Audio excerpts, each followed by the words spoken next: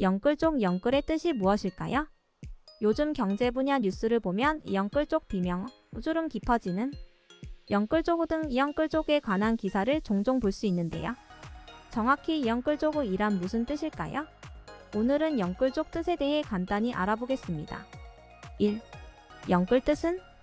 영끌은 영혼까지 끌어모으다라는 표현의 줄임말입니다.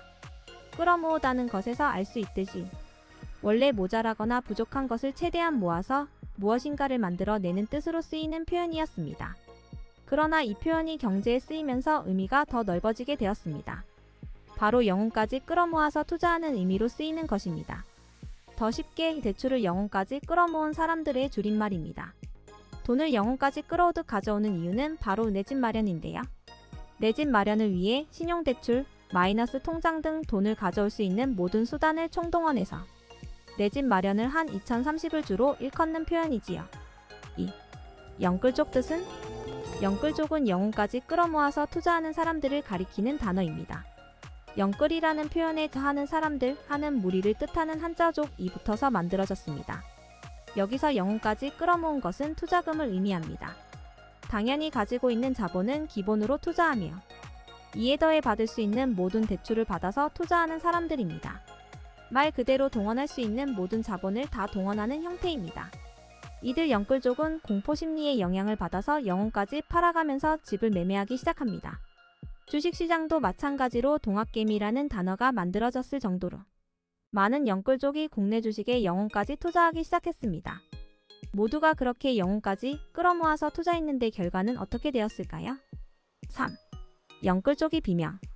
경제기사에서 영끌족에 관한 내용을 자주 볼 수 있습니다.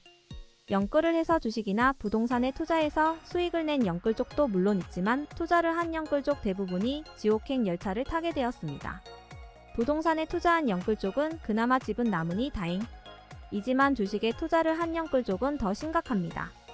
길어진 코로나와 러우 전제, 상하이 통제까지 경제 악재가 겹겹이 쌓이면서 기존금리 2%로 대출을 받았던 영끌족은 7, 9%까지 오른 기준금리의 압박을 받기 시작했습니다. 주식에 투자한 영끌족은 주식 투자로 이미 마이너스가 된 상황이기 때문에 상황을 더 악화되었습니다. 상황이 심각한 이유는 기준금리 2%일 때 이자를 20만원을 내야 했다면 지금은 70, 90만원의 이자를 내야 하기 때문입니다. 퍼센트로 보면 작아 보이지만 액수로 보면 직장인에게 엄청나게 큰 타격일 수밖에 없죠. 집을 살 때 현금이 2030 같은 경우는 직장생활의 경험도 적고 실제로 갖고 있는 시드머니도 적을 확률이 높다는 것입니다.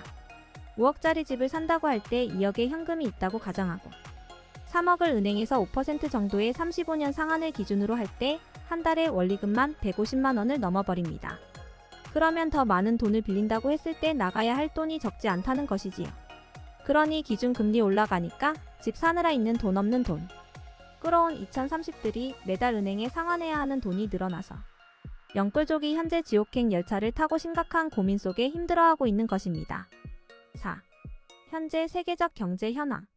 우리나라 금리는 보통 미국의 기준금리에 영향을 많이 받습니다. 미국이 금리를 올린다고 하면 우리나라는 그보다 더 앞서서 선제적으로 올리지요. 최근 미국은 계속 기준금리를 올리려고 하는 움직임을 보이고 있지요. 그에 따라 한국은행 역시 선제적 대응으로 금리 인상을 시사하고 있습니다. 이렇게 금리를 올리게 되면 다양한 영향이 있는데요. 특별히 영끌족에게 가장 큰 위험으로 다가옵니다. 수많은 경제학자들과 투자 전문가들은 영끌이 매우 위험한 투자 형태라고 지적하고 있습니다. 도대체 어떤 측면에서 위험한지 살펴보면 다음과 같습니다. 첫째, 금리가 변하면 상환 부담이 증가하기 때문입니다. 세계 대다수 국가들의 유례없는 저금리 기조로 인하여 대출을 받는 사람들이 급격히 늘어났습니다. 이후 저금리 흐름을 깨고 금리를 인상하면서 갚아야 하는 이자가 올라간 것입니다. 저금리 상태에서 빌리는 액수도 더 컸기 때문에 금리 인상과 함께 큰 폭으로 부담이 증가되었습니다. 둘째, 투자 상품의 가치가 떨어지면 이중으로 손실이 발생하기 때문입니다. 투자한 대상의 가치가 올라가면 금리 인상으로 인한 이자 비용 증가를 버틸 수 있습니다. 그러나 투자 대상의 가치도 하락하고 이자도 증가하면 투자자는 큰 손실이 발생하게 됩니다. 셋째, 소비시장에 영향을 줄 수 있기 때문입니다. 이자가 늘고 투자는 실패하면 사람들은 불필요한 소비부터 줄이기 시작합니다. 결국 사람들이 쓸 수 있는 돈이 없어지기 때문에 국내 소비시장에 좋지 않은 영향이 가기 시작합니다. 이는 곧 기업의 실적에 영향을 주며 연쇄적인 경제작용이 발생할 수도 있습니다. 내 집 마련을 위해, 주식 투자를 위해 있는 돈 없는 돈 다 끌어온 2030. 영끌족들이 너무도 큰 타격을 받아 가장 많은 영향을 받고 있습니다. 마무리. 오늘은 영혼까지 돈을 끌어모은다는 영끌족에 대해 알아보았는데요. 영끌을 통해 성공할 수도 있고 실패할 수도 있습니다. 그 선택 역시 내가 한 것이기 때문입니다. 어쨌든 속히 금리가 안정되어 더 이상 젊은 청년들이 힘들어하지 않았으면 합니다. 희망을 잃지 마시고 모두들 화이팅 하시기를 바랍니다. 결과적으로 영끌족은 대출을 영혼까지 끌어모은 사람들로 주로 부동산이나 주식에 투자하며 내 집 마련을 위해 돈을 모은 2030세대를 말한다.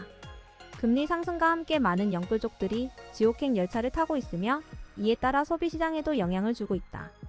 영끌족은 성공할 수도 있지만 실패할 수도 있다는 것을 염두에 두어야 한다. 이제는 안정적인 경제 환경을 위해 노력해야 한다.